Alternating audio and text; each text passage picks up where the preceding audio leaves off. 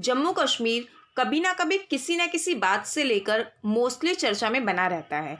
तो यहाँ पे अब हमें देखना है कि जम्मू कश्मीर आखिर अब क्यों चर्चा में है। तो जम्मू कश्मीर का जो एक्ट, रोशनी एक्ट है, इसकी वजह से ये चर्चा में है, क्योंकि जम्मू कश्मीर की सरकार ने इसे नल एंड वॉइड जो है वो डिक्लेयर कर दिया है।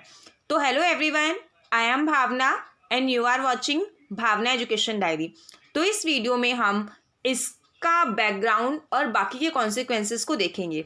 तो स्टार्ट करते हैं। सबसे पहले ये है अपना इंडिया का जम्मू कश्मीर का मैप है। तो यहाँ पे हम देख लेते हैं, ये जम्मू कश्मीर है और ये लद्दाख है।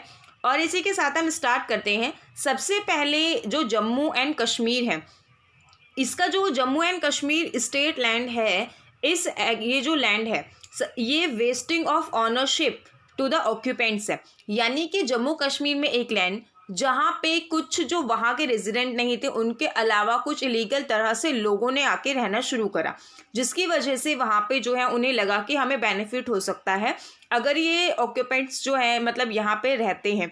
तो इसके रिगार्डिंग 2001 में एक एक्ट बनाया गया था, रोशनी एक्ट। तो जिसमें यहाँ पे इस एक्ट में क्या था कि कुछ कैनल देके कुछ अमाउंट लिया जाता था, जिसको हम अभी आगे वीडियो में डिस्कस करेंगे। तो इसमें यहाँ पे क्या था कि ये जो 20 लाख कैनल था इसको दिया गया था, ठीक है। 20 लाख जो कैनल था इस लैंड को दिया गया था और इसके बदले यहाँ पे कुछ करोड़ में अमाउंट जो है वो लिया जा रहा था।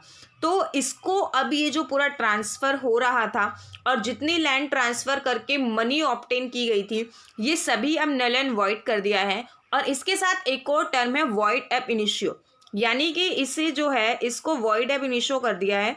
वॉइड एब इनिशियो और इनिशियो में एक डिफरेंस है कि अभी इसे शुरुआती स्टार्टिंग से जो है इनिशियो वॉइड कर दिया है, यानी कि इसमें जो है रेट्रोस्पेक्टिव इफेक्ट होगा 2001 में। यहाँ से उसके बाद जितना भी ट्रांजैक्शन हुआ है, जितनी भी जो लैंड है वो इनको दी गई है, वो सभी लैंड जो है वो वापस दी जाएगी और वो जो सारा अमाउंट है वो इन्हें वापस देना पड़ेगा। और इसके लिए इन्हें 6 महीने का टाइम मिला है। अब इसके बाद हम देखते हैं यहाँ पे क्या है। तो सबसे पहले ये जो भी पूरा डिसीजन है, ये ऑर्डर किसने इशू किया है? ये जम्मू कश्मीर के department of law, justice and parliamentary affairs ने इसे जो है वो क्या किया है, इशू किया है। और इसे अप्रूव किया है lieutenant governor Jammu and Kashmir की गवर्नमेंट ने।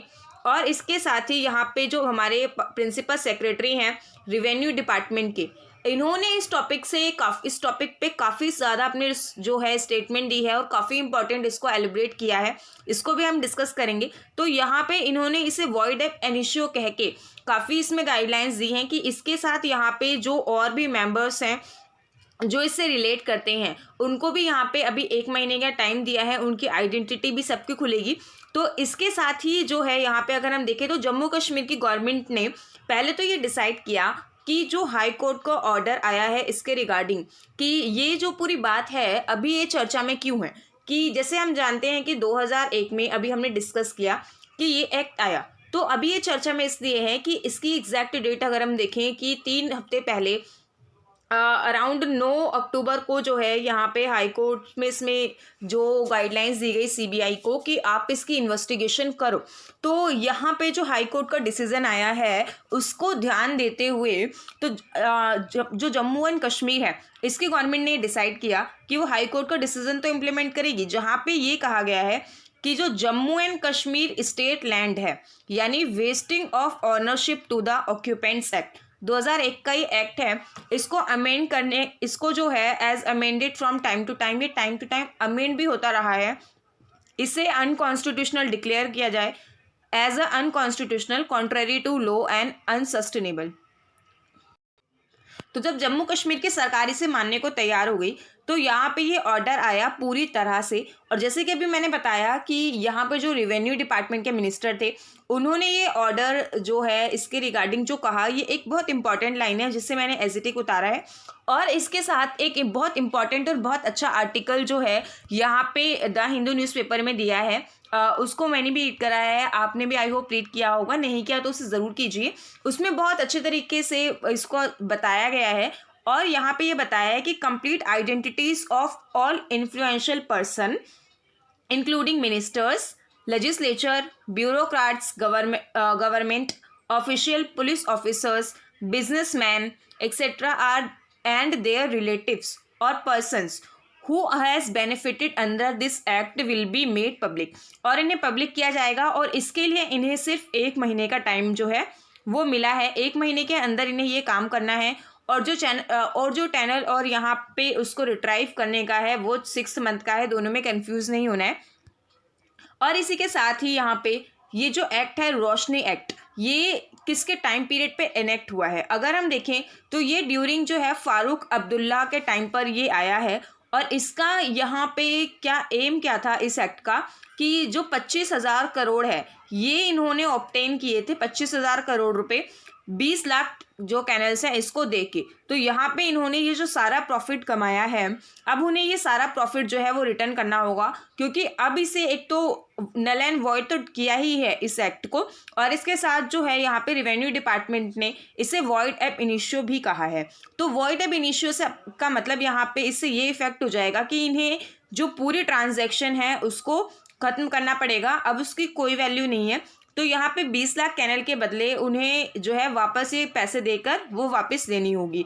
और इसी के साथ ही अगर हम देखें कि जैसे जम्मू कश्मीर ने इस ऑर्डर को जो है वो वापस इम्प्लीमेंट किया हाई कोर्ट के ऑर्डर को, तो इसी के साथ यहाँ पे जो रिवेन्यू डिपार्टमेंट के प्रिंसिपल सेक्रेटरी थे उन्होंने यहाँ पे क्या किया है, एक ऑर्डर पास करते हुए ये भी कहा है कि ये जो सारे एक्शंस हैं इस एक्ट के अंदर ये पूरी तरह से वॉइड एब इनिशियो होंगे फ्रॉम द बिगिनिंग, पूरी तरह से।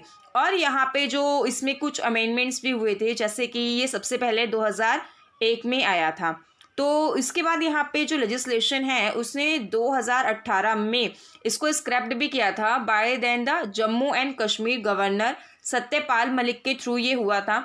और इसमें क्या कहा था कि this enactment stand repealed on 28 नवंबर 2018, और इस इनेक्टमेंट को 28 नवंबर 2019 में इसको रिपील करने की बात कही गई थी by the state administrative council, और स्टेट एडमिनिस्ट्रेटिव काउंसिल के थ्रू। और ये गवर्नर ने इसको किया था इस रोशनी स्कीम को after concluding that it had not serve its purpose and was no longer relevant in the present contest. और इसी के रिगार्डिंग अभी हम देखते हैं ऐसा हाईकोर्ट ने कहा। और यहाँ पे ये 2018 से जो चला आ रहा था, 2018 से चलने के बाद यहाँ पे क्या किया गया, इसे अब जाके पूरी तरह से यहाँ पे क्या कर दिया है, वॉइड घोषित कर दिया है। तो इसके साथ ही यहाँ पे अगर हम प्रेजेंट में देखें तो ये पूरा मुद्दा 9 तारीख से चल रहा है। और यहाँ पे जो रिलेटेड इस केस से रिलेटेड जस्टिस हैं वो चीफ जस्टिस गीता मित्तल हैं और जस्टिस राजेश बिंदल हैं।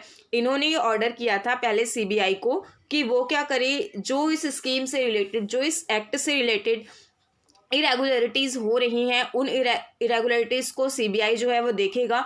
और इसके बाद जाके जो ये अभी इसका डिसीजन हुआ है वो तो अभी आप सबको पता चल ही गया है। तो इसके साथ ही इस वीडियो में बस इतना ही। और अगर अभी तक आप हमारे साथ इन सोशल नेटवर्किंग साइट्स पर नहीं जुड़े हैं, आप हमारे साथ जुड़ सकते हैं।